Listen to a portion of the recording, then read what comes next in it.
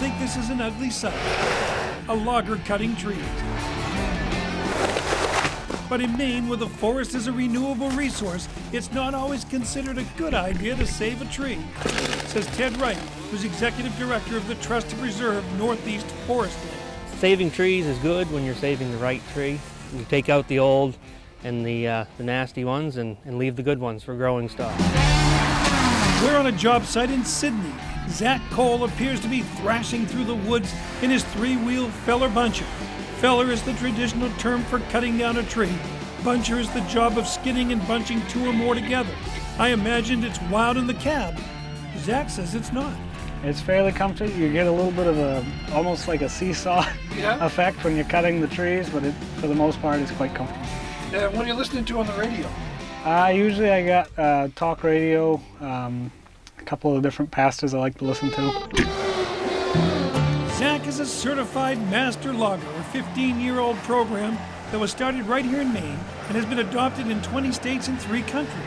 It enables loggers to cut in such a way that the forest will regenerate stronger and healthier than before. Certified loggers undergo third-party testing and oversight from people like Forester Paul Miller. Conversation and a look at the site. On a sneaky cold, and I mean freezing, March day, he told me what he looks for in a job. We look at individual trees, we look for damage on the boles, tops, how the roots might be damaged, skid trails, how they're draining, any water problems. So we look at a lot more things than just the overview of the forest. Drainage is key too. Loggers use mats and build skidder trails with proper drainage in mind. Much of the CLP survey is up-close stuff, such as checking to see that the woodsman is dressed properly. That soft sharpness is extremely important. Zach's father, Will, models the guard of the modern logger. Why, he should be on the Maine State Seal. Certainly Will. He's got his ear protection, head protection, and face protection, which is important.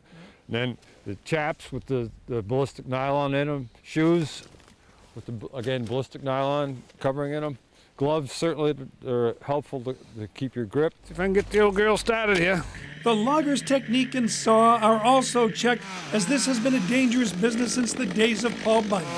Sawyers want to prevent kickback, and modern saws have chain brakes and a chain catcher, among other safety features.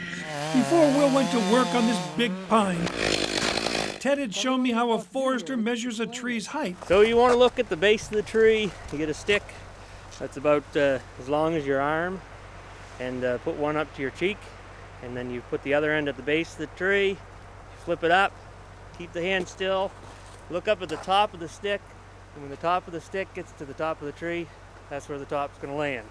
Ted had placed his stick where it's safe to stand, although I wouldn't. Will cut, his escape path clearly defined and cut out. Because this tree is so old and gnarly, Zach gave it a final push with the skidder.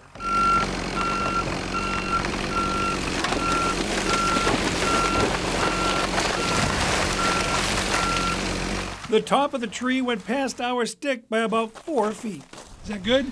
It's good if you don't hit the Mercedes-Benz on the other side there. Will told me that he was among the veterans that didn't jump on board when CLP began, and remembers when cutting wood was a wilder occupation. What's the closest you've ever been to having a tree fall on your head? I've had a tree fall on me. Uh-oh, how badly were you hurt? Not bad, just a few days work. All the wise, a long time ago. Yeah. Yep. But now that you're certified, that won't happen. There you go. That's Is that right? Yeah. The certified logging program not only makes things better for the forest, it makes things better for the forester by making the job safe and adding value to his work.